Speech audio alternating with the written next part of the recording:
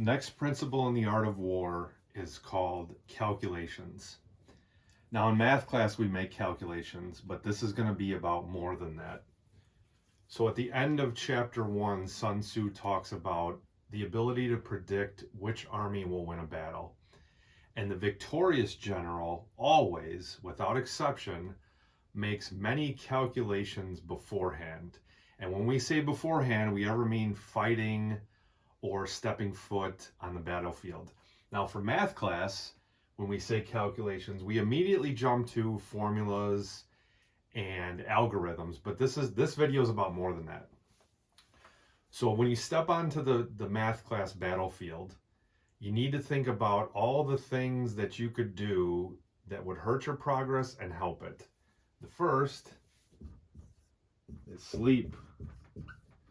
We spend, on average, 1/3 of our lives sleeping. So would it make sense that you would optimize this piece of your life? And here is why. Sleep is responsible for recovery of both mind and body, and also subconscious processing. One of the smartest students I have ever seen in my life, when he was stuck on a problem or wanted to learn a concept, would open his math book about 5 to 10 minutes before bed and just glance over the formulas and the curriculum. He would shut the book, lay his head on the pillow, and immediately go to sleep. And what happened was he fell asleep thinking about either the next lesson or the next challenge in math. He slept for about 8.5 hours, and when he woke up, the subconscious had already put the answers together for him. So this is a key about the art of war calculations. If you have a quiz or homework or a test the next day, one of the best things you can do is glance over the material about 5 to 10 minutes before drifting off to sleep. And even if you look at it and your head hits the pillow, try to avoid thinking about anything else. Try to keep that image of the page in your math book or the problem that you're thinking about in your head, so as you drift off to sleep, it's in your subconscious. While you sleep, the subconscious processes, turns over the problem in your head, and when you wake up, most of the time, as you wake up or a few hours after, you get a clue or the answer to your problem. It's the most fascinating thing ever. So, recovery, subconscious processing. The other item is, for those of you that have disposable income and you want to invest in life. Some people buy books, that's great. Some people buy better food, which we'll get into in a moment. But it boggles my mind why people don't invest in the best sleeping arrangement possible. And when I say sleep, I mean mattress, pillow, air quality, and temperature. If you can tune these 4 things, it will change your sleeping habits forever. And the better sleep you get, the better your health, the better your mind, the better your quality of life. So this is the first calculation is, take these 4 things into account, and then obviously the time of sleep, and figure out where you can improve, or figure out if you have bad habits. And I'll give you an example. Years ago, I was having some trouble sleeping at night. I'd fall asleep for maybe 2 hours, wake up, then go back to sleep, and sometimes wake up again. And it dawned on me as I was getting older, there's something I'm doing that it used to work in my 20s and early 30s, it's not working anymore.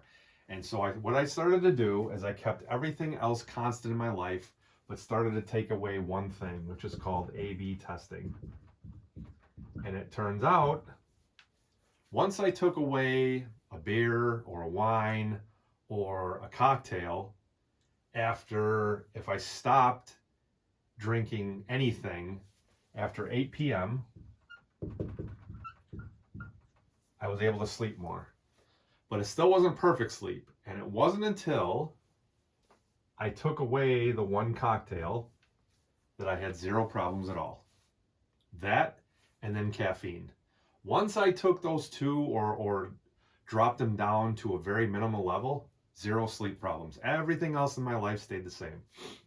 So very important calculation to make before you attack math class to get better at grades and reduce your math anxiety. Second calculation, before you ever fight your math battles, your diet. You have no idea how much of a lever this is you could pull to level up your success in math. And the first place you start is, what foods are you eating or what drinks are you having that hurt you? Too much sugar, too much caffeine, and there's others.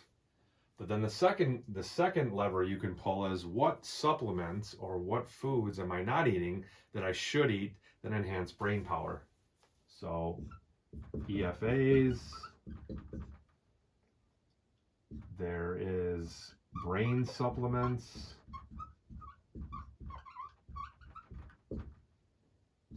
healthy fats like avocados and raw chocolate. And again, you got to test this. So I love A/B tests because you could keep your life the same from day to day and just introduce one new piece of food or dietary supplement. And then another A/B test is take away one of these or reduce it and see what happens to your math class performance. Keep the studying the same, everything else the same. First change the sleep, then change the diet.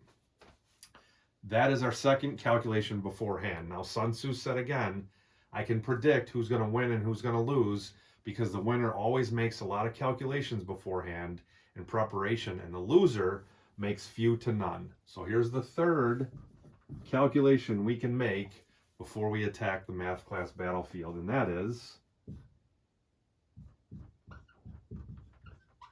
friends.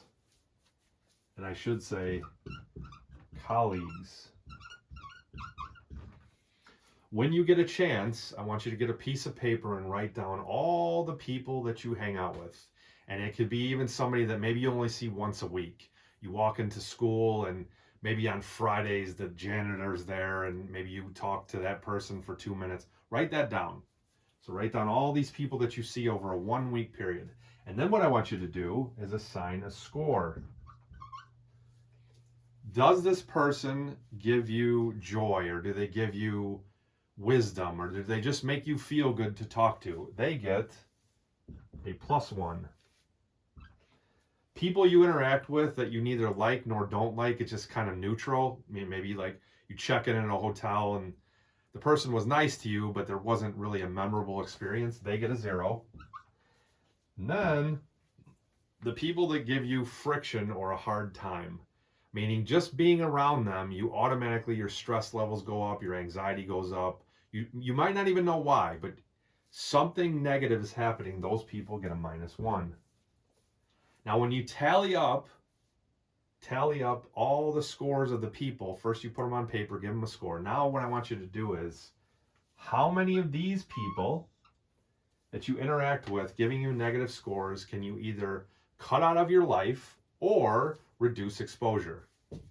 So maybe you can't cut them out of your life completely, but you see this person 5 times a week, you're able to knock it down to 2 times. Well, that's good. That gives you an improvement. These people, neither good nor bad, but if they're not serving your life or purpose in a better way, and you're able to just get around that interaction, why not consider that? Because that's one less interaction you have to worry about. But the key is to cut these people out as much as possible. Next step is, for these people, whether they make you feel good about your life or make you feel good about your math performance or just give you useful knowledge and tips, how do you increase exposure to these people? Can you hang out with them more? Can you learn from them more? Is there things that they do that maybe you could do too? Some common bonding, because if these people are either good at math, make you feel good about math, or make you feel good about your life, your math scores will automatically improve, because it's the law of exposure. Maybe their good habits rub off on you. So the summary here is, lay out everybody you interact with on a piece of paper for a week, give them a score based on how you feel around them, and then figure out how you can cut out or limit exposure to these people and increase exposure to these people. That's the third calculation. Fourth is your environment. Environment is not just your house, it's not just your bedroom, it's not just your school, it's the places you go. And you can, again, take an inventory each week, but here's the key. I talked about environment a bit in a few short videos before this, but I want to cover this because this is powerful. I want you to picture the ideal report card you get in math. And so the experiment I talk about is you print off a blank report card off your printer. And in the class section, fill in the name, the exact name of your class. If they ask for teacher, put your teacher there, put your full name in there. And then for the grade, I want you to put, if it's A plus or you're just going for an A or a B. Let's say you want minimum you want an A minus, so we'll put A minus. Then what I want you to do is take that piece of paper and make photocopies of it. I want you to put one in your bedroom that you see every day, one in your closet, one in the bathroom. Because every day, if you visit your bedroom at least 2, 3, 4, 5 times, you'll see it over and over and over again. Put one in the bathroom, put one in the kitchen. The other one is most of us have cell phones now. So get a digital photocopy, a photo of that piece of paper, and put it on the background of your phone. And here is why. The average person unlocks or opens their phone, I think it's like 170 to 250 times a day. If the first thing you see when you unlock your phone is a copy of a report card with your math class and your desired grade with your name next to it, what do you think happens to your mind? And the answer is, this starts to believe it. So you've heard the saying, seeing is believing. I'm a huge fan of Neville Goddard. I reverse that. Instead of that, I say believing implies seeing. If you've ever driven on the highway on a road trip or to a party or friend's house, the signs always precede, they never follow. So as you're driving somewhere, it says, hey, your destination 5 miles, 2 miles, 1 mile, and then you get there. So the signs are preceding.